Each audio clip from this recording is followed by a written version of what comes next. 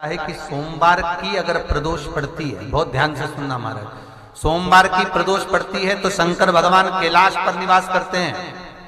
मंगलवार की प्रदोष पड़ती है तो शिव काशी में निवास करते हैं। बुधवार की प्रदोष पड़ती है तो शिव रजत भवन में निवास करते हैं। गुरुवार की प्रदोष पड़ती है तो शिव गंगा के स्थल पर निवास करते हैं। शुक्रवार की अगर प्रदोष पड़ती है तो शिव नीलकंठ पर विराजमान होते हैं। शनिवार की अगर प्रदोष पड़ती है तो शिव शमी के वृक्ष के नीचे रहते हैं। और रविवार की जब प्रदोष पड़ती है तो शिव बेलपत्र के पेड़ के नीचे निवास करते हैं। महाराज ये एकादशी शंकर से कह रही है कि आपका स्थान ये नहीं कि आप कैलाश पर मिले, उस वार को, उस तिथि के दिन, उस अनुकूल।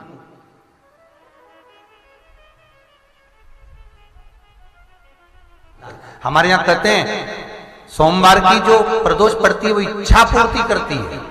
मंगलवार की प्रदोष रोग से मुक्ति देती है। बुधवार की प्रदोष कामना की पूर्ति करती है। गुरुवार की प्रदोष शत्रुओं का नाश करती है। शुक्रवार की प्रदोष सुख और शांति देती है।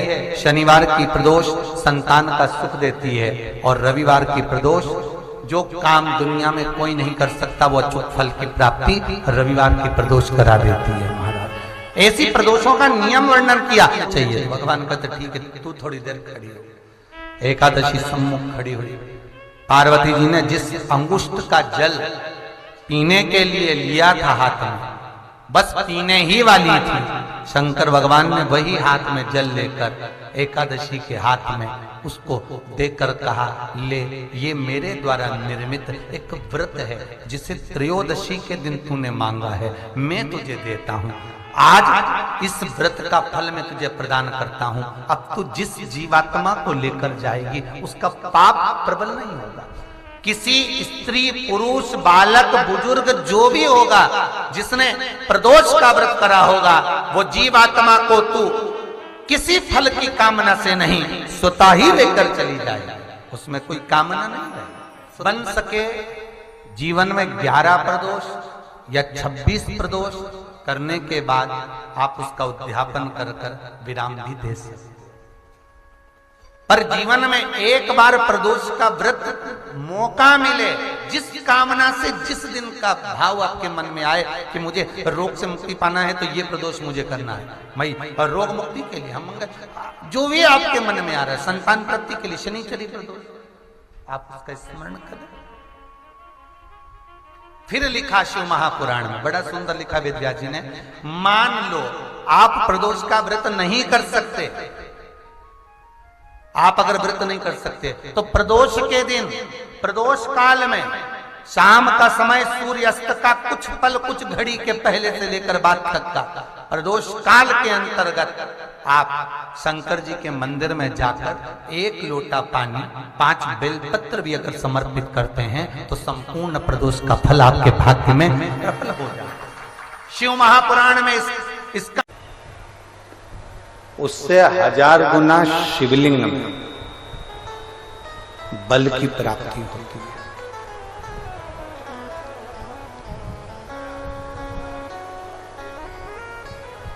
प्रदोष के दिन यदि आपको कहीं से शमी पत्र मिल जाए, प्रदोष के दिन यदि कहीं से आपको शमी पत्र मिल जाए और प्रदोष काल में, प्रदोष का जो समय होता है, शाम का जो समय होता है प्रदोष काल,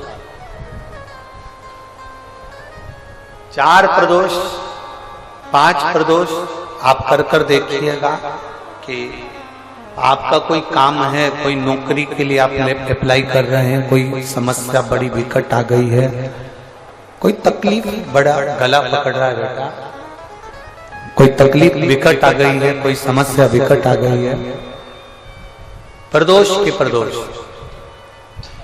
प्रदोष काल में अगर एक शमी पत्र भी आप घर के शिवलिंग को, अब ये करने के लिए आपको मंदिर पे शिवलिंग नहीं जाना, अपने घर में जो शिवलिंग, चाहे वो स्फटिक का हो, पारद का हो, कंकर शंकर का हो, लकड़ी का हो, जो शिवलिंग तुम्हारे घर में, कांच का हो, चाहे वो नर्मदा के कंकर का हो, नर्मदेश्वर हो, पाषाण का हो, जो शिवलिंग, चांदी का हो, सोने का हो, तांबे का हो, पीतल का हो, जो शिवलिंग तुम्हारे,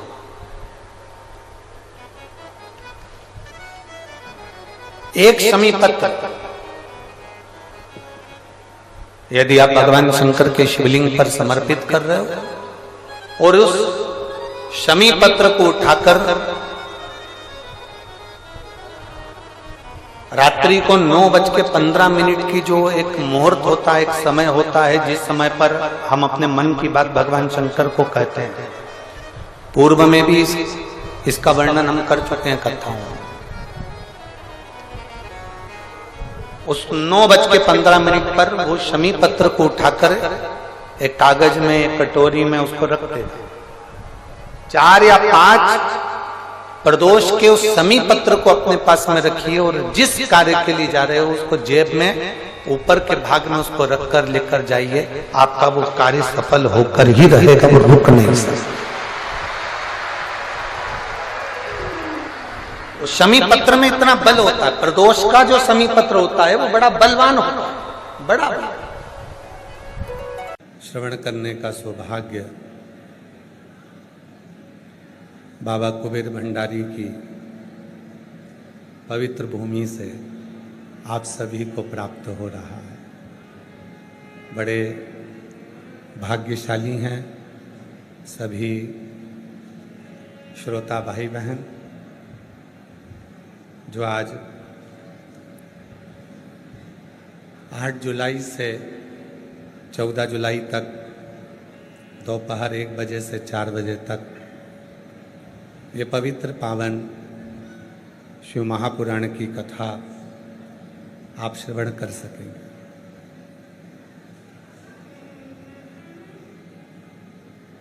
कथा के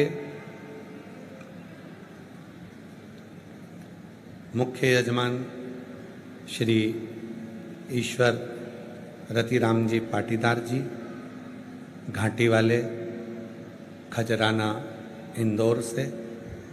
एक बार यजमान परिवार के लिए जोरदार ताली बजाकर साधुवाद। यजमान जहाँ बैठे हों अपनी जगह पर खड़े हो जाएं। एक बार जोरदार करतल ध्वनि के साथ में साधुवाद करिएगा।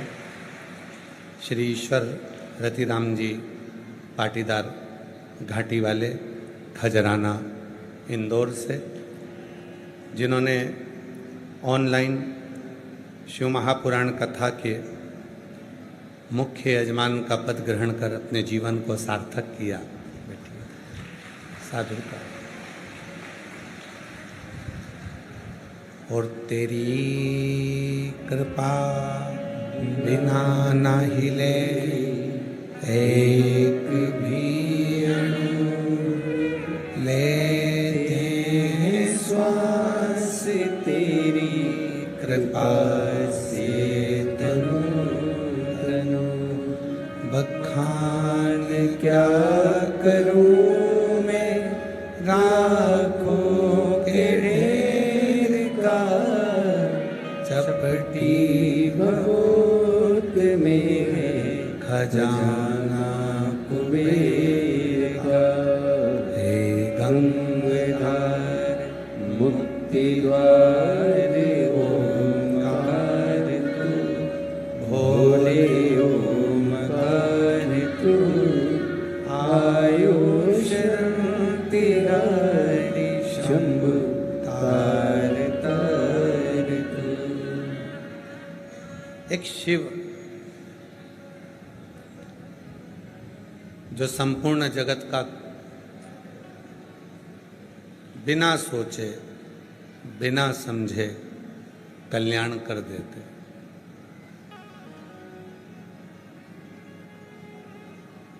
माँ अपने बच्चे का अवगुण नहीं देखती, केवल गुण देखता है।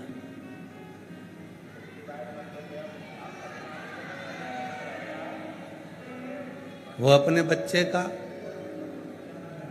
अवगुण नहीं देखती है, वो अपने बच्चों का केवल गुण देखती है। पिता अपने बच्चे का अवगुण नहीं देखता, पिता अपने बच्चे का गुण देखता।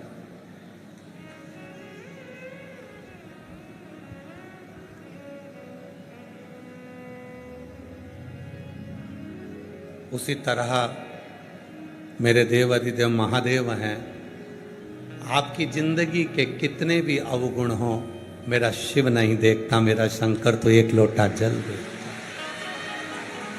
केवल एक।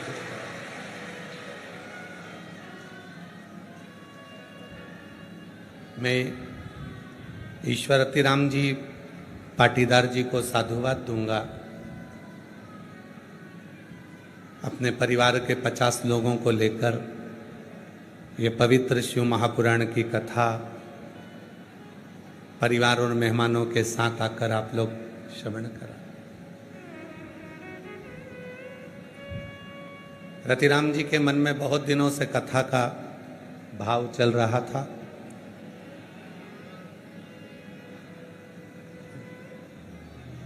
बाबा से एक वर मांग कर गए थे कि घर में एक चिराग शिव जी आपकी कृपा से मिल जाए, और वो अभिलाषा ईश्वर रतिराम जी पाटीदार जी की पूरी हुई। तो मन में आ गया था कि एक बार कथा करवाऊं, पर कथा के लिए तो बहुत बड़े बड़े पंडाल चाहिए, व्यवस्था कैसे होगी, कौन संभालेगा, कौन भोजन व्यवस्था देखेगा। तो रतिराम जी पाटीदार जी ने समिति से संपर्क किया, कहा पंडाल बना बनाया है, बाबा का प्रसाद भी चल रहा है, हम जजमान बन जाएं और गुरु जी कथा कह दें। तो ये योग संजोग बन गया और ये कथा यहाँ प्रारंभ हुई। ये शिव की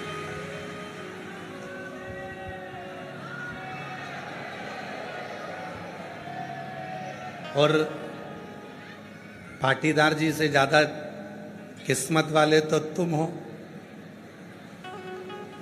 आए थे दर्शन करने और मिल गया बाबा।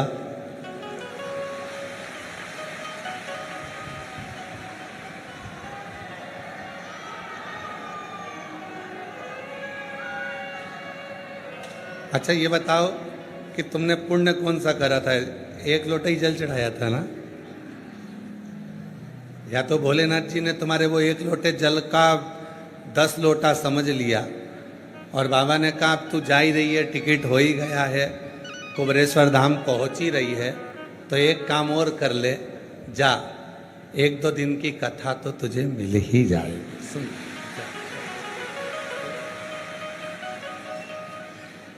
और लुटा दिया भंडार काशी वाले ने, कर दिया माला माल काशी वाले ने, जो जैसी पावना लाया वो वैसा ही फल पाया, नहीं खाली उसे लौटाया, वो मन ही मन हर्षाया, और कर दिया माला माल काशी वाले ने, लुटा दिया भंडार काशी वाले ने। ये उसकी उदारता है।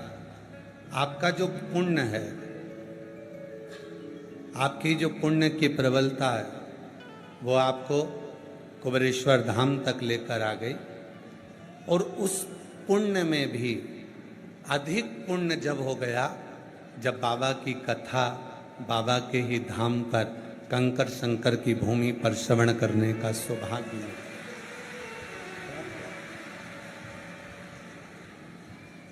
देखो, संतान होना भाग्य की बात होती है, संतान होना भाग्य की बात है, पर संतान के द्वारा अपने को सुख मिल जाए ये सौभाग्य की बात होती है। संतान सुख दे दे, हम ईश्वर अतिराम जी के पाटीदार जी को इसलिए और धन्यवाद देंगे कि आपके मन में आया कि मुझे कथा करवाना है, पंडाल कहाँ करूं, इतनी बड़ी व्यवस्था कहाँ करूं। सीहोर कुबरेश्वर धाम पर इतना विशाल पंडाल बना हुआ है, सारी व्यवस्था है, तो यहीं कथा। आपने अपने बच्चों से कहा, बच्चे भी ऐसे होना चाहिए कि तुरंत बच्चे भी तैयार हो गए, बहू भी तैयार हो गई, परिवार भी तैयार हो गया, और सब ऐसे बेटे बहू, ऐसा परिवार, ऐसी बेटी, ऐसे परिवार होना चाहिए। तो तुरंत तैयार, तुरंत।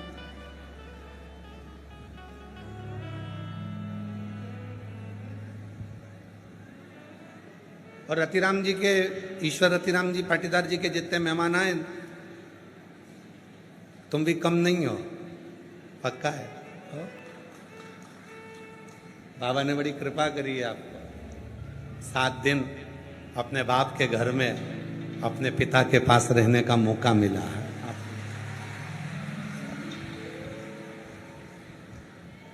ये ऑनलाइन कथा है, इसलिए आप लोगों से निवेदन है अपने अपने घर पर सुनना, श्रवण करना।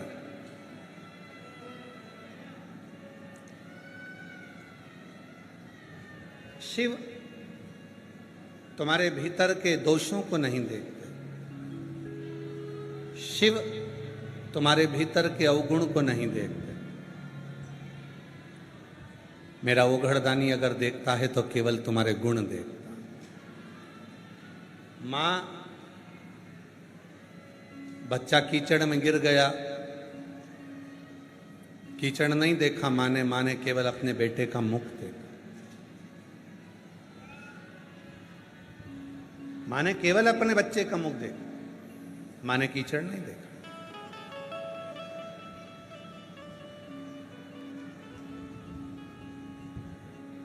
बेटा कहीं गंदगी में गिर गया तो पिता ने केवल उसका मुख देखा बेटे का, उस कीचड़ को पिता ने नहीं देखा। ईश्वर का मतलब क्या होता है? शिव महापुराण की कथा को आज अपन प्रारंभ कर रहे हैं ऑनलाइन, अपने अपने घर में बैठकर आप श्रवण कर रहे हैं, फेसबुक यूट्यूब पर सुन रहे हैं, आस्था चैनल पर सुन रहे हैं, जो इस कुबरेश्वर बाबा के धाम पर आए हैं वो धाम पर सुन रहे हैं। ईश्वर का मतलब क्या?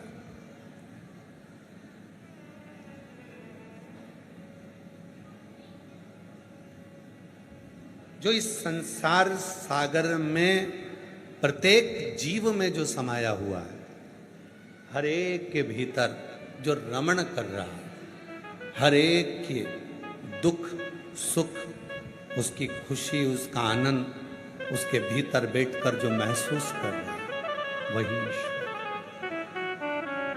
वही ईश्वर।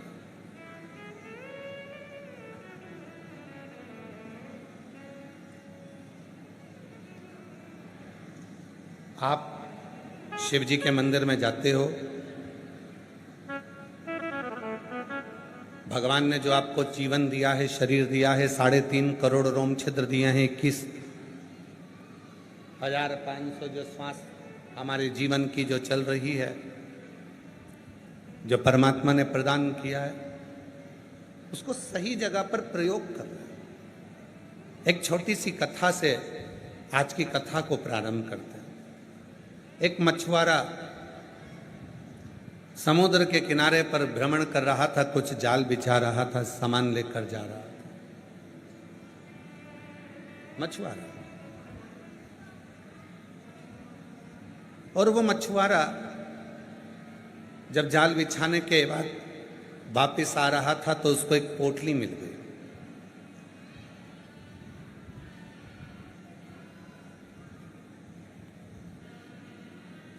उस पोटली में थोड़े से पत्थर थे। उस मछुआरे को लगा कि पोटली में पत्थर है। समुद्र के किनारे पर मछुआरा बैठ जाता है, पत्थर निकाल निकाल कर एक एक कर कर समुद्र में फेंकता जाता है। पत्थर निकाल निकाल कर समुद्र में फेंक रहा है। फेंकते फेंकते पूरे पत्थर उस पोटली के समाप्त हो गए। आखिरी पत्थर उस मछुआरे के हाथ में था, उसको फेंकने ही वाला था। इतनी देर में वो पत्थर उसने देख लिया और देखकर विचार करा कि ये तो बहुत चमकता हुआ लग रहा है। जो उस पत्थर को हाथ में लिया, देखा तो उसने जाना कि ये पत्थर नहीं है, ये तो कोहिनूर हीरा है। ये पत्थर नहीं है, ये हीरा है। और इस मुझे क्या मालूम था कि मैंने इतने सारे हीरे समुद्र में फेंक दिए और केवल मेरे हाथ में एक हीरा आया है। और उसने उस हीरे को रखा, जाकर ज्वेलरी से, जौहरी से जाकर पूछा कि इस हीरे की कीमत कितनी है, तो कहा इस हीरे की कीमत तो करोड़ों में है। हम 5 करोड़ में ये हीरा लेने को तैयार। जौहरी ने हीरे की कीमत लगा। उसकी बुद्धि मन में सोचा कि मैंने सारे हीरे समुद्र में पटक दिए, केवल एक हीरा मेरे भाग्य में आया और उस हीरे को मैं संभाल लेता हूँ। बस यही हमारा और आपका जीवन है। बचपन गया, जवानी गई, अधेड़ी गई, बुढ़ापे रूपी हीरे को पकड़ कर बैठे तो भी शिव के भजन कर कर पार उतर सकते हैं, उसके पास पहुंच सकते। एक हीरा है और वो एक हीरा कोई साधारण सा हीरा नहीं है, वो शिव की भक्ति का हीरा जो आपकी जिंदगी को संवार सकता।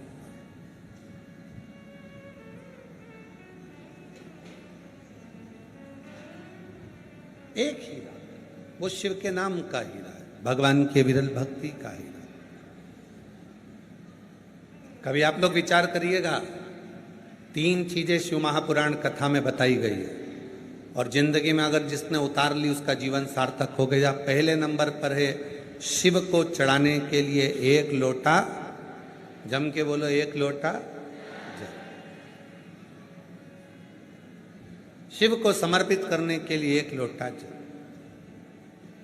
दूसरे नंबर पर रोग को मिटाने के लिए शंकर पर चढ़ा हुआ जल, शिव पे चढ़ा हुआ जल का आचमन कायिक, वाचिक और मानसिक 3 तापों को समाप्त कर देता है। एक पत्र है, सुनिए।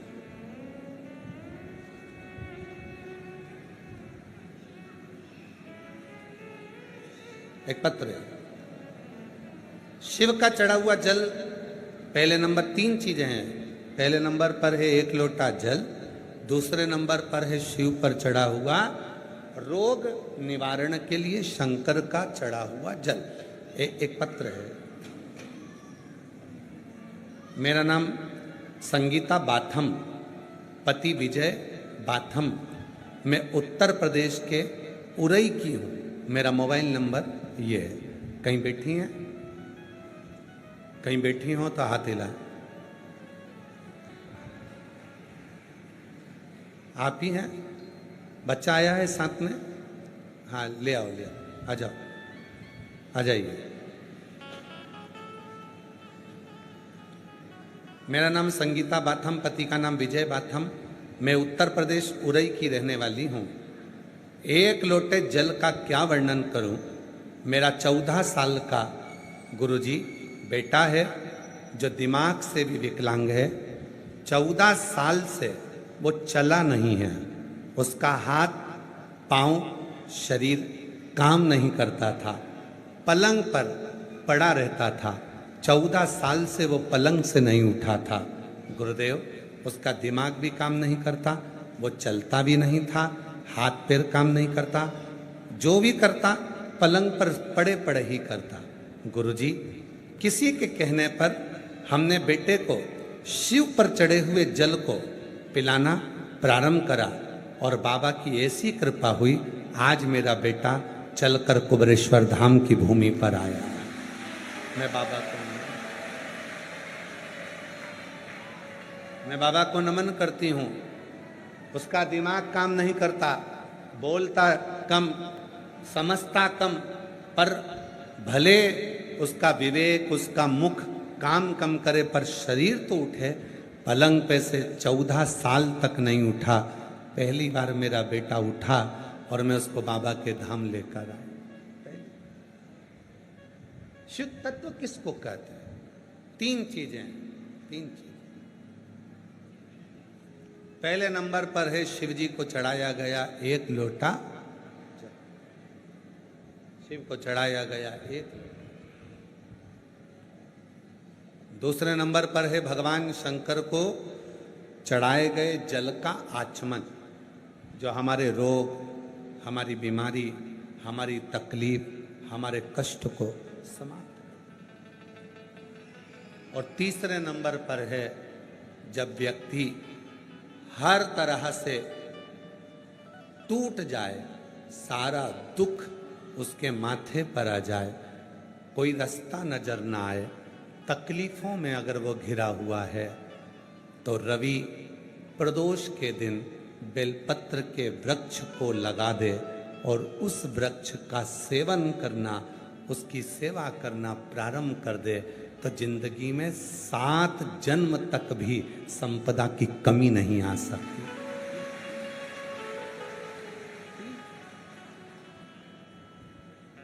तीन बार। कौन कौन सी चीज है?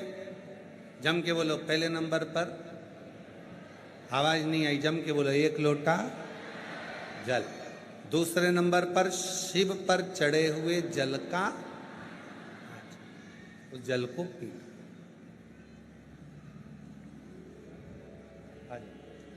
जोरदार ताली बजाओ। 14 वर्ष तक नहीं चला, 14 साल तक पलंग पर पड़ा रहा, सारा कार्य पलंग पर करता था। आज अपना खुद चलकर बाबा के धाम पर आया है। जोरदार।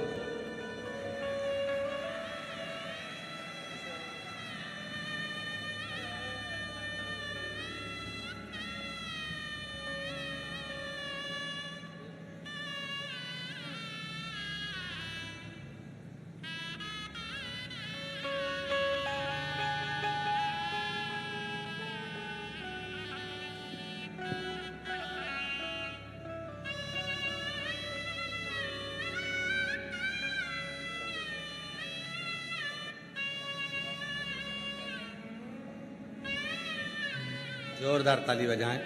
जो 14 वर्ष से ना उठा हो और 14 साल के बाद चलकर आया हो, उसके हृदय की खुशी कितनी होगी, जरा विचार करिए।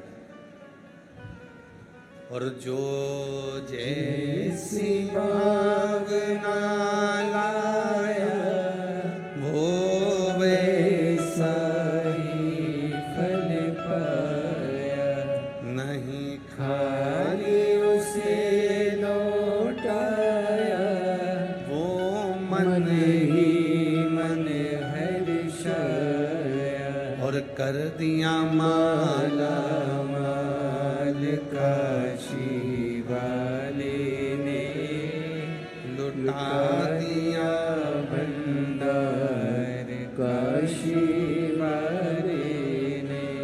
शिव कथा कहती है 3 चीजें हैं। पहले नंबर पर 1 लोटा जल, दूसरे नंबर पर शिव पर चढ़ा हुआ जल का आचमन, और तीसरे नंबर पर है रविवार के दिन प्रदोष पड़े और उस दिन लगाया गया बेलपत्री का वृक्ष जीवन में 7 जन्म तक भी संपदा को कम नहीं होने देता। रवि प्रदोष में, रविवार का यदि प्रदोष का व्रत पड़ा है, रविवार के दिन यदि प्रदोष पड़ी है, उस प्रदोष के दिन प्रदोष काल में, प्रदोष काल जब सूर्य डूबने पर हो, चंद्र उगने पर हो और उसी समय पर जो प्रदोष काल होता है, उस प्रदोष काल में यदि एक बेलपत्री का वृक्ष कहीं पर लगाया गया है और उस बेलपत्री के वृक्ष को आप हमेशा स्मरण करना प्रारंभ कर दें, प्रदोष के दिन उसके नीचे दीप लगाना प्रारंभ कर दें,